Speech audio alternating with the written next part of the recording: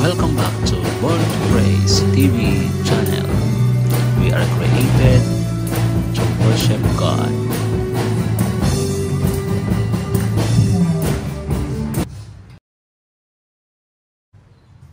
Close familiarity or friendship. Agapon diha, closeness. Dayon, we all long for unconditional acceptance and closeness. We want to be cared for, known, understood, and loved for who we are. Pwede tang higugmaon sa Ginoo bisag wala tay physical contact. Because God is spirit. Ang Dios is espiritu. Di mo makita, di mo mahikap, bukog sa bukog, unod sa unod. Pero imong bababi nga ikaw ug ako, we are welcome ug unya stable ta diha niya, accepted ta. Matud pa sa awit ganiha, I'm accepted. Ano sa to? I am accepted because you are condemned. That is the real love. Kinahanglan ang mga Kristohanon, mga igsoon mo possess sa gugma sa Dios. Ug mauni ang ato ang foundation aron nga dili kita magpaulipon sa atong unod-nun nga pagbati. Because we are cared unconditionally. We are accepted unconditionally. And we are close even though we are not. Dili ta tapat or dili ta takos. Apan gi na atay intimacy sa Ginoo mga igsoon. Then, the last meaning of intimacy, a close then private relationship with Christ that results in a strong desire to know. Kung ini ang level of intimacy na kung nakataas ang atong ang sa pakigsuod diha sa Ginoo, nangandoy ta nga mangandoy ta nga makig-angot niya nga daghan patang mahibaluan mahitungod kaniya. We have the desire to know more about Him. Doon natin mga pangandoy nga ato pag isang ilhon pag yun pinakalalong nga pag-ilas nato diha sa Ginoo.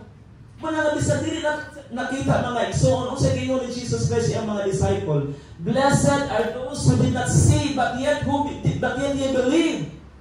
Bulan ka to wala makakita pa sila nituo. Ug mao ni mga igsoon ang intimacy nga gusto sa Dios nga imong maangkon, imong ma-practice atong ma-practice mga igsoon sa itong makinabuhi. Then nakita ka trust, pagsalig nga bisan mo ato siya nakita apan nagtuo ta nga gituohan nato nga siya naghimong mga butang milagrosong mga butang sa itong kinabuhi. Then di obey ta. Wala lang ta ni saling sa pulong lamang, wala lang ta ni tuo mga igsoon ni pangandoy lamang nga atong desire nga ilhon pagyud siya lalong pagpaila pero ni obey ta then atong gi-accept nga siya ang Dios ato ang kinabuhi.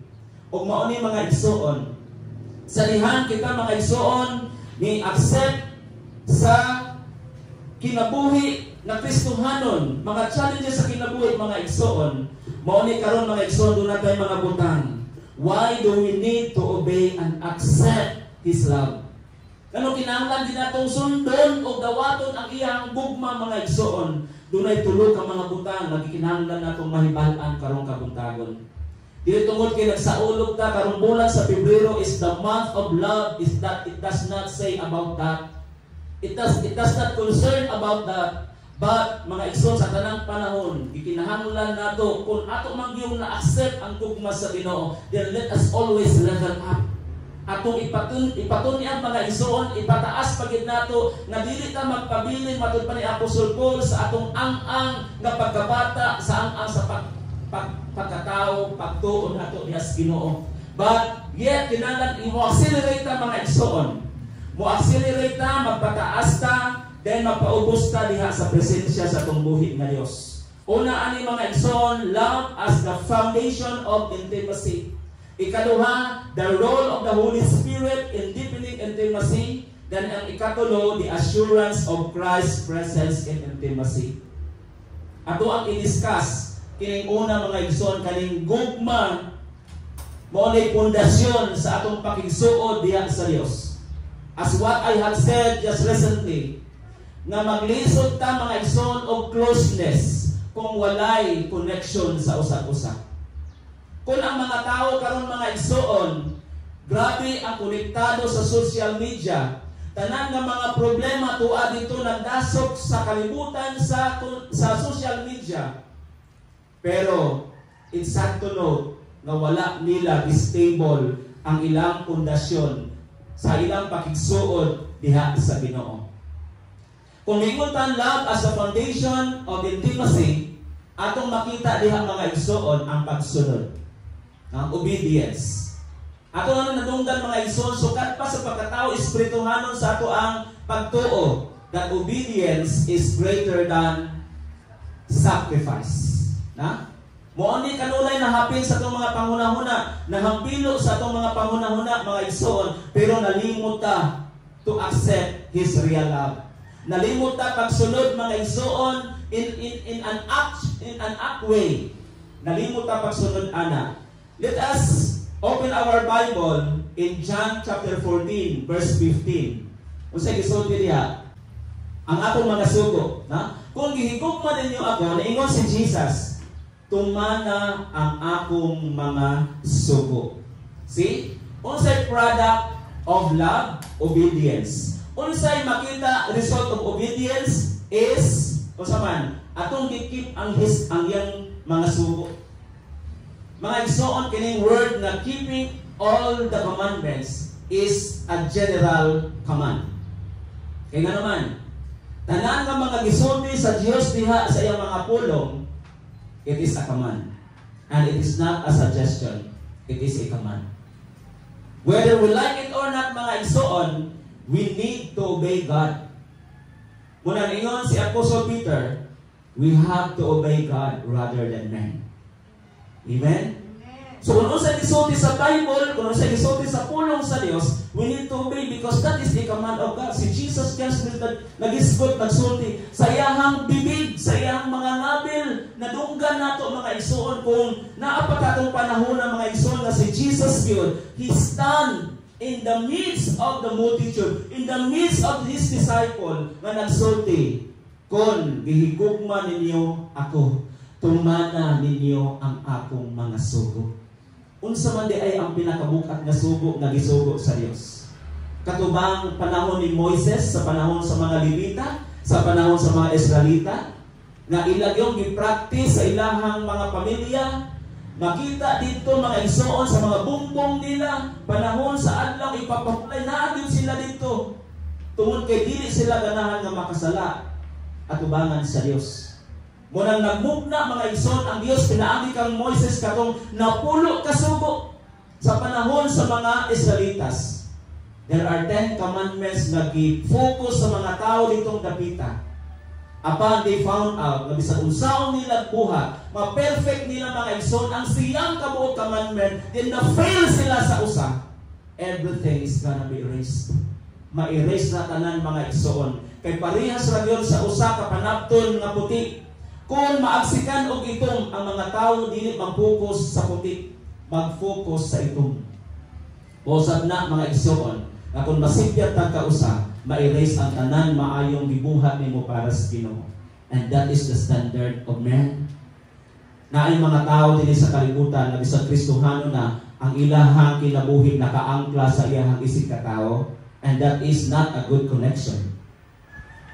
Kinahanglan mga igsoon ang ato ang pagpangalagad sa Dios wala nakadepende sa usa ka tawo. Kay kung makadepende gani sa usa ka tawo, mingo dayon ka siya gani. Pero wala nasipyat ka, wala ka kabalo nga ikaw pud utro pud kay bandumon. Ako pud utro pud kong bandumon. Muna dili nato dapat i-depend ang atong pagpangalagad sa Ginoo. Labi na kung doon na kay kaakuhan sa pagpangalagad sa Dios sa ministry. Labi na kung naa ka sa front line. Dapat ikaw mo'y modelo. Kahit di ka magpalit, kung music team ka, di ka magpalit. What is the level of your intimacy to God? Amen? Maglain yung pinanawan ako. Kaya kung sa may atong interpretation ng level, di ba dapat nagkataas na nagkataas? Amen? Accelerate? Pero sa piniro nindot kayo ang performance, pag abot ito ni Hunong, unya ka naong! Okay, mabataan na. Is there any level of intimacy? Doon na ba'y closeness? Naguba noon ang relasyon. Kaya nga naman, ang usa ka taong mag-agad naman, mag-compare naman. Hello. Let us always broke that kind of attitude. Nga naman, mawala ang atong momentum igsuon sa pagpangalagad sa Ginoo. Then, wala na tayo appetite sa pagsunod sa kabubuton sa Dios o muli makapapag sa atong pagtubo bilang usa ka Kristohanon. Am I right? Maglisod ang amin diyang napita. No? Sa tinuod lang, maglisod ang amin diyang napita. Kaya nga naman, kung tinuod ang nahigugma sa Ginoo, bisan unsa ang sitwasyon nato, pwede gyud ta surrender sa Dios, musimba sa Ginoo mga igsoon. Pwede gyud kayo. Tungod kay ang atong intimacy sa Ginoo, ang atong pag-igsoon sa Ginoo, wala ni matter sa pagtawag sa Dios kanato kung malipayon ba ta o dili. Sayong na may ngutang gaurus-urus na akong gugma sa Ginoo. Pag-abo sa mga problema, nawala na yung pagkaurus-urus. Nawala na. Where is the level of your intimacy to God? Asa na? I'm not talking to outside people, but I am talking to the inside here ng mga tao. Because this is our concern. Because the way I observe, wala tayong level of intimacy sa pag-alagad sa Ginoo. Kuyaw ni, dili ako'y paninglan sa Dios, matag usa paninglan ta sa Ginoo. Kung unsay akong performance bilang usa ka mga alagad sa Ginoo. Take note on that. Si Jesus nag-ingon, kung gihigugma ninyo ako, kung nagrus-rus yun ang inyong pagbati, di rin ako. Muna ninyo si Jesus, nabilanggo ako, pero wala ko ninyo bisitahan.